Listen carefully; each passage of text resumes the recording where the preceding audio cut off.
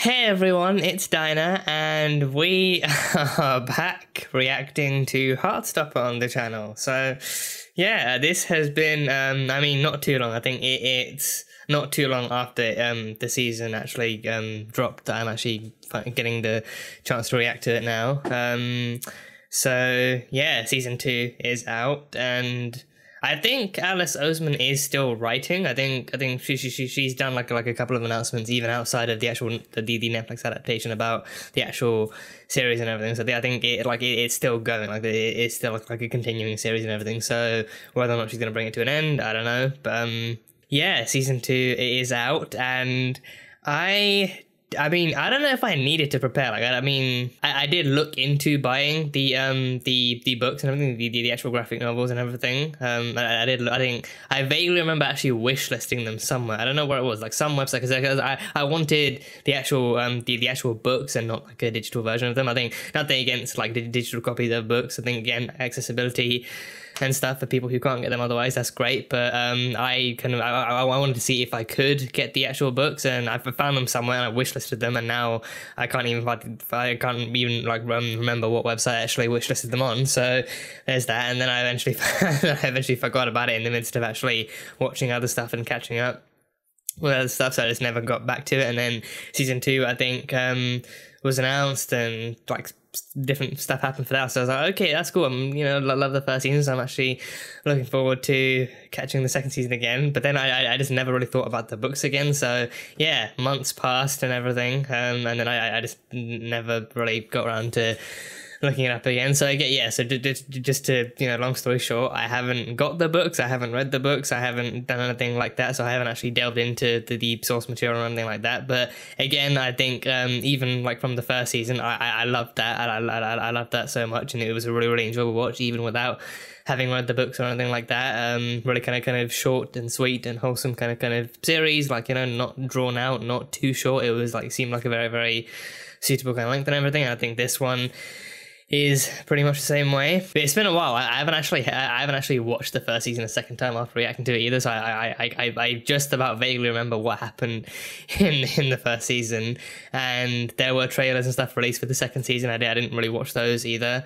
Because I think on the one hand, I contemplated reacting to them, and then that never happened, so I just never ended up actually watching the trailers. So I kind of stayed away from any potential spoilers, but it's not really for lack of trying. It's just like I just have been meaning to like peruse different bits of information about this kind of series and everything, and it just I never actually got around to doing it. So yeah, this is a great intro. Yeah, haven't read the books, haven't done anything. So yeah, and I remember you guys all loved the first season so much. So, once again, a huge thank you to all of you for supporting the first season reactions so much, and the channel did those reactions. So hopefully we can all stick together and actually watch this second season as well. I don't know how, but I think I've heard the second season is actually a bit more dramatic and a bit more emotional. So I don't know how much of that exactly I'm ready for, but face any kind of heartache and heartbreak and any, on the edge of anxiety together. So yeah, I think the first season had a fair amount of that. It had a fair amount of actual tense moments and dramatic moments, and kind of secondhand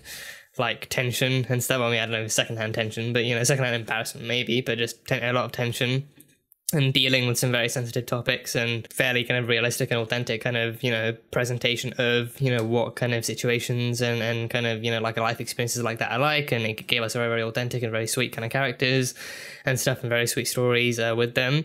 So yeah, I don't know why I'm actually nervous. I'm like short of breath. I don't know if it's because I'm talking too fast or something, but I actually do kind of feel nervous reacting to this one, because I don't know, it's been a long time, and again, I feel like, it just kind of feels weird coming back to this and everything. And then again, it's like somewhat late to the party as well. So season 3, I think they might be kind of getting ready to do something about it. I think it might be in the process of being written. But I think I don't know exactly when that might be happening, because obviously we've had Heartstopper alumni moving higher and further and upper and faster into the kind of world of entertainment. Yasmin Finney, aka Elle, she's moved on to Doctor Who. She's coming to Doctor Who. She's gonna be Rose Temple Noble. She's gonna be Donna's daughter, so that's really cool. She's gonna be there. And then I think thingy, Joe Locke, who played Charlie. I think he's gonna be in the new Agatha series for Marvel. He's coming to the MCU. I think he's gonna play. I can't remember which one. I think he's gonna play one of Wanda's sons. I think he's gonna play like a aged up version of one of Wanda's sons. I think Wiccan is it? I think it might be Wiccan. I'm not too sure, but I think he's gonna play like an aged up version of one of her sons. So he's gonna be in the Agatha kind of series. I think that's had like different titles kind of here and there now. So. You know, that's the thing, but he's there, and I don't know about Kit Connor, who plays Nick. I don't know about him. I think he did sign up with a new agency that kind of like specializes in actual kind of like Hollywood stuff, like in Hollywood production stuff. So I think people theorize that, you know, with Joe moving to the MCU, maybe he might do the same, or maybe he might actually, you know, just be better representation for him, so he can actually get bigger projects and everything. And all the kind of stars and all the cast, like lead or otherwise, they were all great. They did great jobs with the story and with the characters and everything. So I'm only happier to see them moving further up in the industry and getting bigger roles and getting more kind of stuff that allows them to shine and everything. So I don't know, but either way, I think that's just something I wanted to point out. Like, you know, as the news that's come out since the first season came out and garnered the attention it did and everything. So again, glad to see the cast actually moving on to bigger and brighter things. But yeah, I think definitely looking forward to seeing what more they can bring to this show, and how much longer this show can kind of carry out for, and then what more it has to offer and everything. So my memory of season 1 is strong enough. It's strong enough, but it's still vague in certain areas. But I think for the most part, I do remember like most of it. I think also the fact that, again, like it wasn't like a super duper kind of packed or kind of content kind of heavy kind of show. Like it was like kind of like, you know, it was like a handful of episodes, and they were only like half an hour piece. So, and this one is the same. So it's easy enough to actually remember exactly what went on. So I have just finished a cup of coffee, so that might be the reason I'm kind of jittery or something. You know, I think I feel quite jittery, and my heart is kind of pounding. But that is also kind of thinking about what's happened and also what's to come. So there's that. But then I've also had coffee, so it might be extra jittery or extra kind of tense or something. It also is also quite cold in my room, so yeah. But yeah, that is that is pretty much all I've got from season 1, or all I can remember from season 1. So let's get into the first episode of the second season of Heartstopper, shall we? So let's go. What was the dog's name? Was it Chloe, or I can't remember. So they're at the stage of like constantly texting back and forth. Oh, and Charlie's sister, Tori, right? Tori, I'm pretty sure it's Tori. Yeah. Oh, he's happy. Charlie's happy for once. Yeah, he's finally happy. We should say. Yeah. Oh, got a twinkle in his eyes and a pep in his step. Oh, where's Nick? Ah, there's Nick. There's Nicky boy. Oh, these two. Oh, these two. I came out to my mum last night. Oh yeah, he did. I think did he? I think yeah. That was also the ending of the first season. Yeah, I was wondering if that actually happened. Yeah.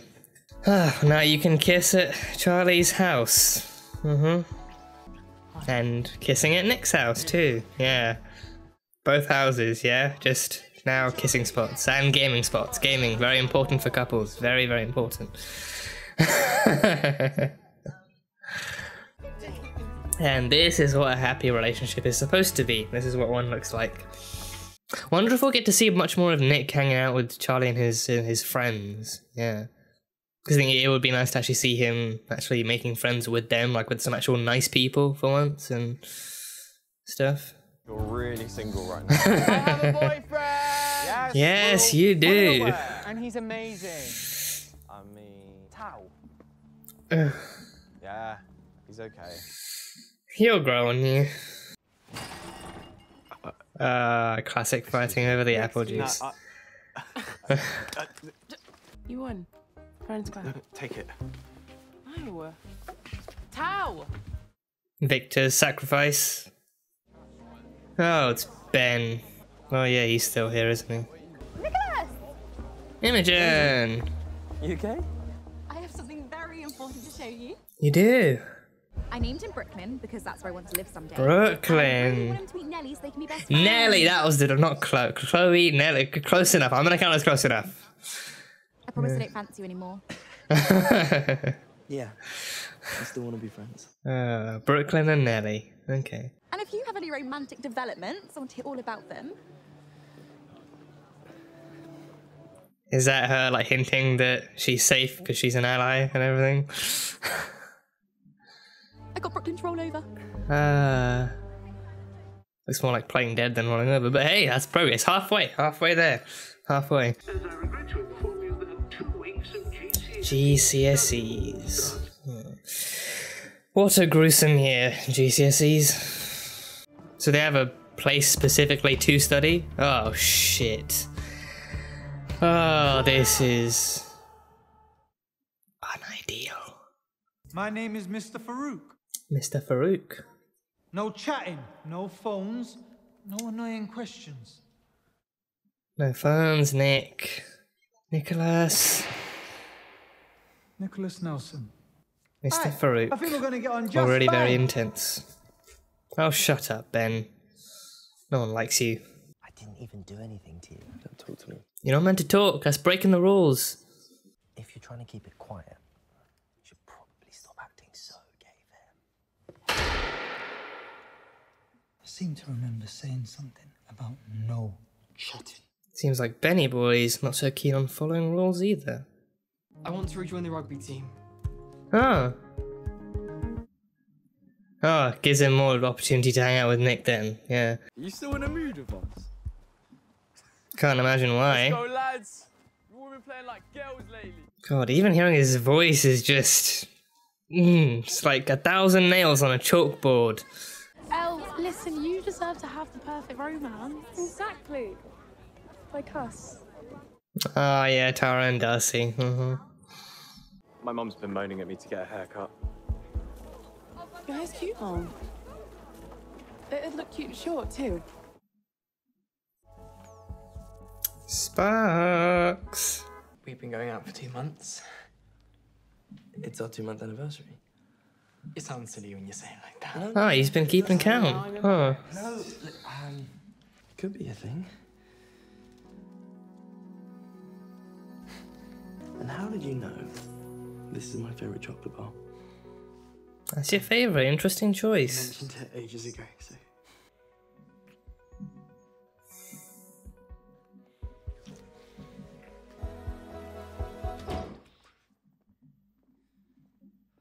False alarm. And Nothing. that's why we shouldn't kiss at school.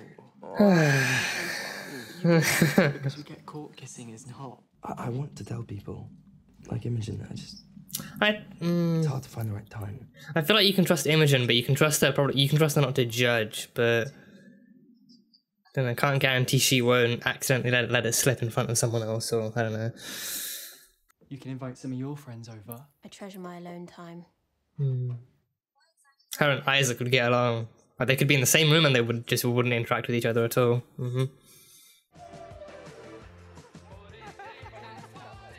It's like a cool queer hangout. Yeah.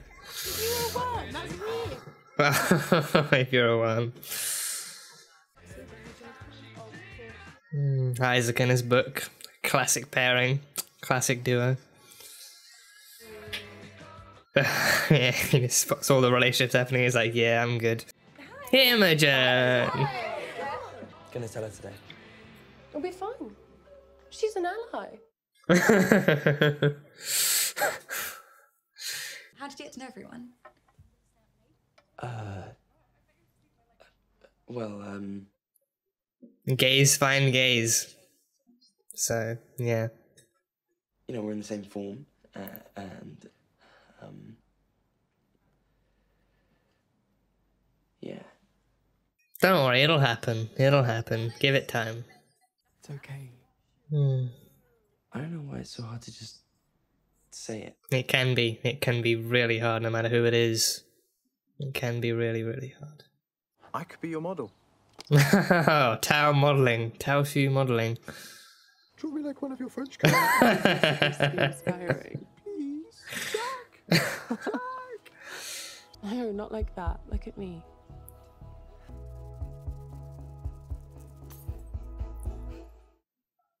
Oh. Sorry. Too much, too close. Looks like plenty of things are going to take time in this season. Yeah. Yeah, good dance party is what you need, Elle. Good old-fashioned dance party. Oh, give me a book. Tara, I don't like dancing.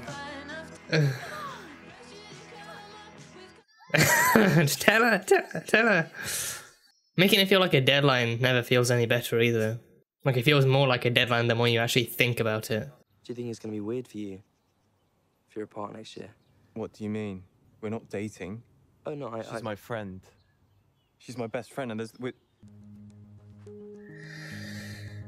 Oh, Tao. Tao. Fingers crossed, but it's okay if you still can't do it. I kind of had something that I want to tell you. It's kind of hard to... Is it about you and Charlie? Oh my god. Oh, she saw it. She saw it from a mile away, didn't she? It is kind of obvious. It totally makes sense. Like the whole date thing and the sports day thing. Uh-huh. You didn't like me because you're gay. Bye. Well, I'm bisexual, actually. Oh. Oh. Okay. Oh, hug. Okay, great.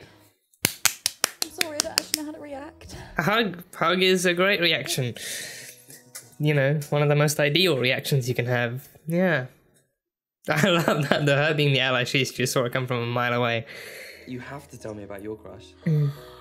Oh, come on. Hey, it's a fair exchange of intel. It's a fair exchange. Fine, okay. It's Ben.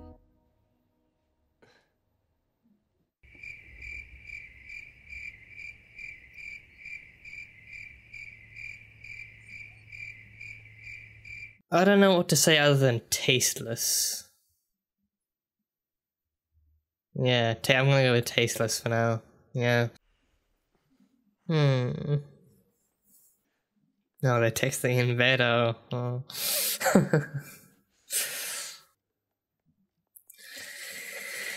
Yeah, it can be pretty, you know. Yeah.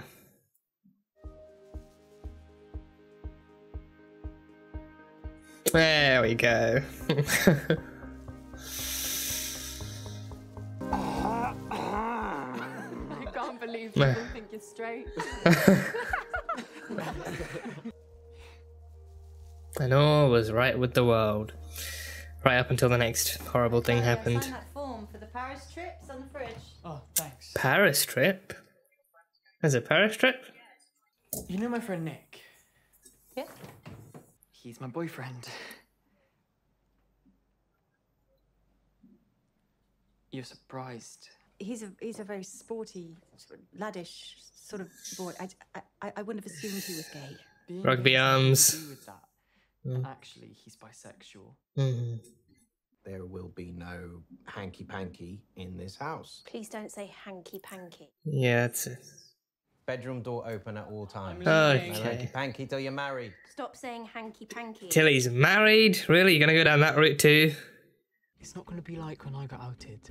I'm going to do everything I can to make sure Nick doesn't have to deal with what I did. Knowing the boys at your school, it's not gonna be easy. Especially with Ben and Harry. Now Luca's got the pep in his step. Everything's going to be perfect. Oh, don't say things like that, Nick, Charlie. Please don't say things like that.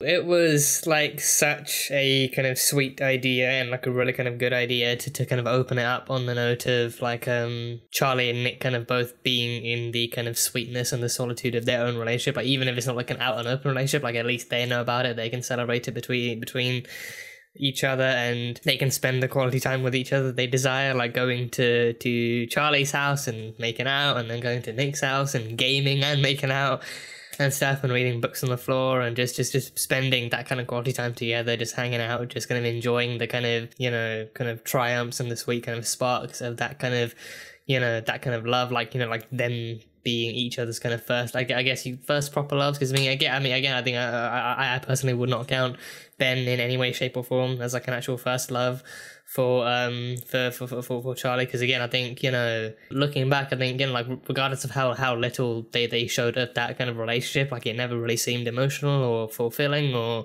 like they actually spent any time together getting to know each other as people. Like, it always just seemed like, you know, like Ben was just using him to kind of further his own desires and his own agenda and everything. But with Charlie and Nick, you know, it actually kind of has a kind of like an actual fruition to it, and it has like an actual kind of substance and like an actual, you know, like an emotional kind of clarity and emotional depth to it and everything. Like they genuinely kind of love each other and love spending time with each other, and they love being with each other and everything. And of course they have hurdles to face, but they are determined to face them together and to not kind of let that separate them, or to actually let that get in the way of, you know, being who they are. Those parallels to like opening up with Charlie, having that kind of pep in his step and the happy walk and the twinkle in his eye and everything, and then actually ending off with Nick having the same thing as well. Like, I think those were really good kind of parallel shots and parallel kind of things to open and close on and everything, so that was really cool. And yeah, I think especially with this kind of this now being a GCSE exam season 2, I think they're not really sure exactly how much of each other they're going to see during the school kind of period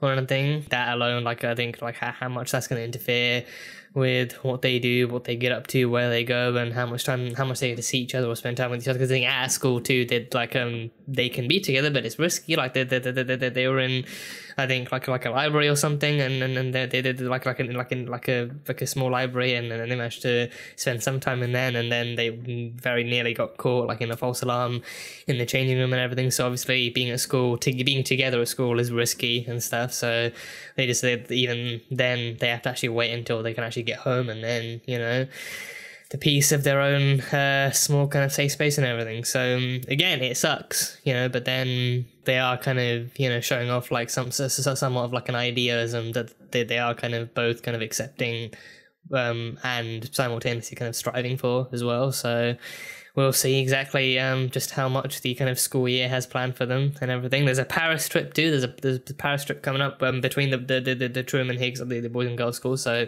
presumably Elle and Tara and Darcy will be with them. There's also they're going to Paris and stuff. So don't know like how long that's gonna last. If that's, I mean, you know, I think most kind of school trips like that usually do last like, you know, like a few days at least. So, you know, their first time in another country together as well. I mean, well together, their first time in another country together. So, yeah, and they'll be there without parents, but then they'll be there with all their classmates and everything, homophobic or ally or otherwise or whatever, you know, so... Oh, that's going to be stressful, isn't it? Yeah, I can just, even thinking about it now, it's going to be stressful. I can just imagine the amount of tension and drama that's going to come out of that, and, you know, that's going to bring a whole new level of kind of, you know, like testing of like testing their patience of like them trying to find ways to be together, because then they're not technically at school, but it's a school trip and they're with the other school kids, and, you know, who knows what could happen. So I don't know, but yeah, that is coming up, so that should be interesting to see that unfold and see where that takes them. So and Imogen, yeah, I mean, I do love that she realized it that longer, but then she actually did, you know, wait until this opportunity. Like she like even she didn't question him about it, but then she but I think again, like the fact that he told her, I had something to tell you, so then she sensed that was coming. So she was like, oh, is it about you and Charlie? Oh yeah, I kind of figured that out. So the date and then the sports day thing, and, you know, just over time, like it becoming kind of more obvious too. Like obviously that was, you know, rather condescendingly and, you know, just horribly put on display by Ben as well in his usual dickish manner, but with Imogen, it was actually just her just kind of actually catching the hints and catching the signs. And I think even that the conversation they had in the park too, you know, that was kind of subtly kind of veiled to be like that kind of a thing. So I think from then she kind of got the kind of hint, and then I think presumably the boys at the school also know that he hangs out with Charlie too, and then she just kind of put two and two together over time, and she was like, okay, that's cool, that's great for him. But then, you know, also kind of linking that in with her, then actually telling Elle and Tara and Darcy that oh, I'm not homophobic, I'm an ally. So just to let you know, always a safe space, or always safe to come out to Imogen. So, you know, I mean, again, that's always reassuring and everything. So maybe there's even a slight chance that like he actually kind of felt relieved that Imogen kind of already knew, but then she waited, because then, you know, I think maybe like that kind of like goes to show that like she still respected him and loved him and accepted him enough to let him come to her on his own terms and in his own time and everything, even if she knew.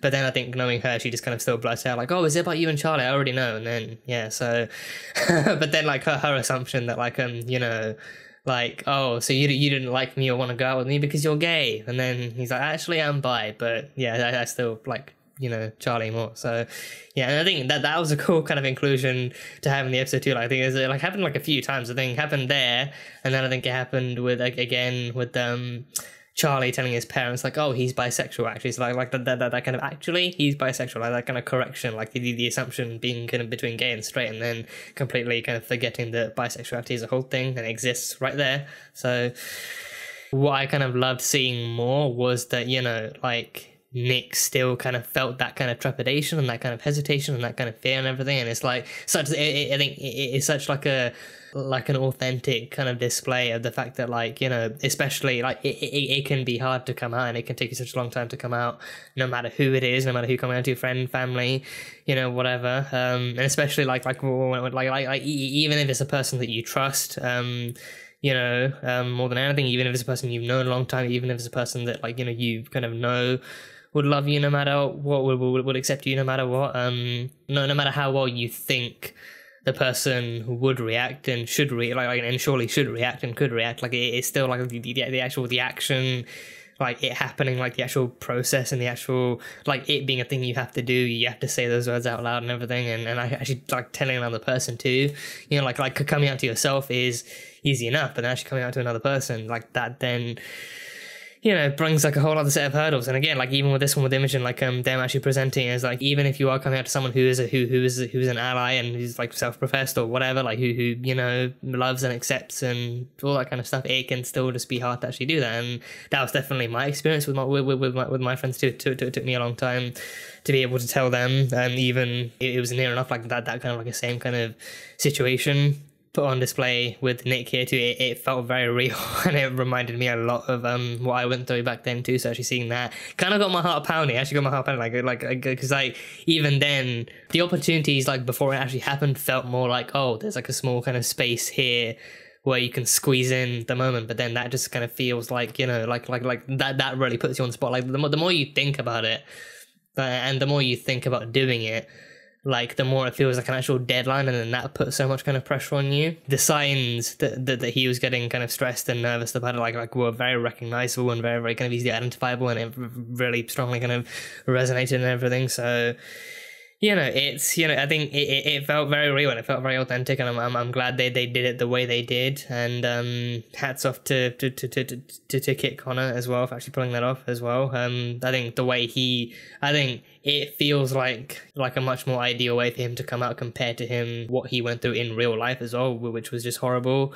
I don't even think you can say that like it happened or it's okay because he's a celebrity, because celebrity status or not, it should never have happened to him, and it should never happen to anyone. Like everyone should have the opportunity to come out and to, you know, like speak that truth in their own time, in their own way, like the way that kind of feels most comfortable for them, instead of actually being pestered and investigated about it and everything like that. So, and then of course Imogen had to reveal her crush. So yeah, I mean, can't imagine that relationship is anything kind of, you know, really worth looking up to or worth investing anything in. So, but well, she said she has I think they're not together. She said she has a crush. So if that does blossom into something more, then may God have mercy on her soul. She does not deserve that one bit. So she did talk to Nick after being pressured by Harry, so I don't know if he's going to find out about her crush on Ben and actually do the same thing again, but with Ben. But I don't know. Like, she said it's a crush, so I'm not holding out hope for many reasons, but I'm especially not holding out hope because I really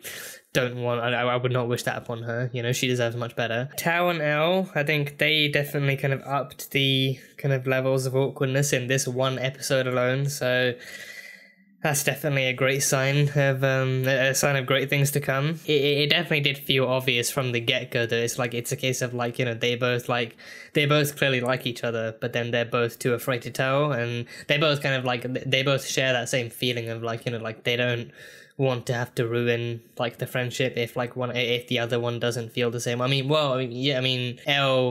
did say like she thought like she thinks she sees moments where Tao likes her back, but then he suddenly switches, and then it's like, oh, maybe it's not actually that, maybe it's just him being weird or something.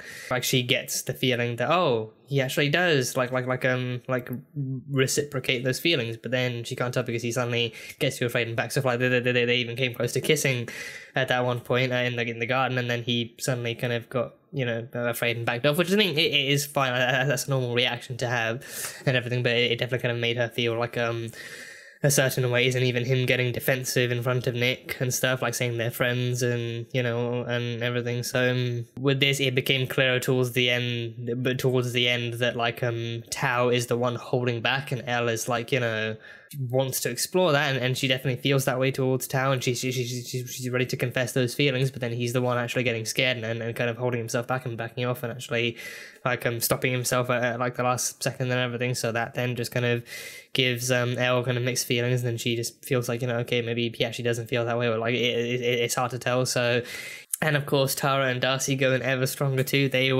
We saw them and their journey being explored very, very thoroughly in the first season as well. You know, going from them kind of being closeted to them kind of kissing in public at the party for the first time, and them actually kind of not being afraid. Like, I think not publicly announcing their relationship, but just not being afraid to actually hide it anymore, and just kind of being them, being out and proud lesbians, and actually kind of being together, and just kind of, you know, enjoying their time and their peace and their love together as Charlie and Nick do, and everything. Even their first public kiss being what kind of actually pushed and encouraged Nick to embrace his own kind of, you know, bisexual feelings, and him actually like that encouraging him to go and have his first kiss with Charlie as well in that kind of dance hall alone. So yeah, they've had like a big impact on the show and on the characters, and definitely a relationship kind of worth exploring and worth kind of seeing how that progresses along with them too, and good to see them having actually joined the circle of friends as well alongside Elle and everything. So yeah, good to see how they kind of like they just kind of brought the whole group together like one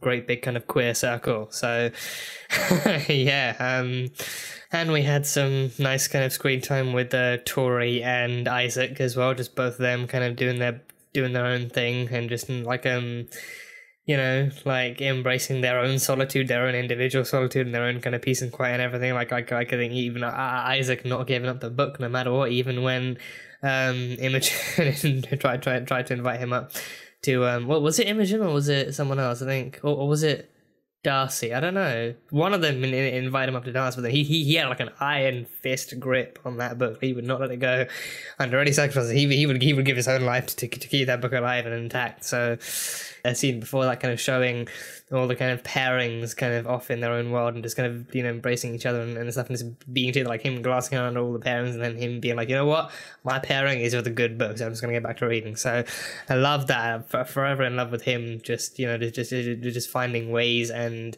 opportunities to read no matter what the hell's going on around him. So yeah, and of course Tori just, you know, always can be found sipping on a drink of some kind, whether it's a juice box or a straw in a glass or jug or whatever. She can always be found sipping. So reading and sipping, two great activities to partake in.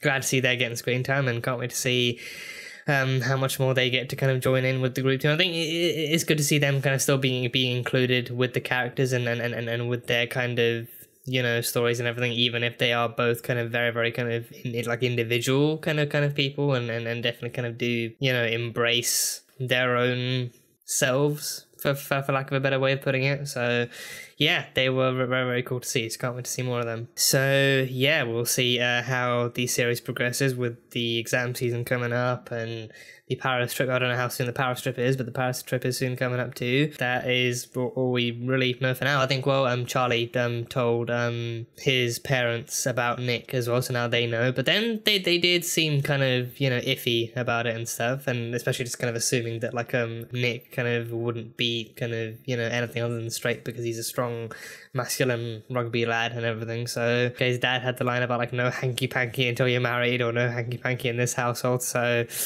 yeah, did not expect it to go that way, but I guess, I don't know, I guess there's worse things they could have done or said, I suppose, but yeah, all in all, not terrible, but still, we got time, there's time for it to go terrible, so yeah, but that is pretty much, all I got from this first episode, so I hope you guys enjoyed it. But yeah, that was Heartstopper Season 2, Episode 1. So thank you guys, as always, so much for being here and for watching this episode. If you guys enjoyed it, then feel free to leave a like and comment on what you thought of the episode and what you thought of this as a season opener, and what any of your kind of spoiler-free thoughts on this kind of season are as a whole, and what you're looking forward to seeing and everything. For those interested, the full-length reaction will be available over on Patreon, so you can go check that out over there. And yeah, that is pretty much it. So until the next time, bye bye for now.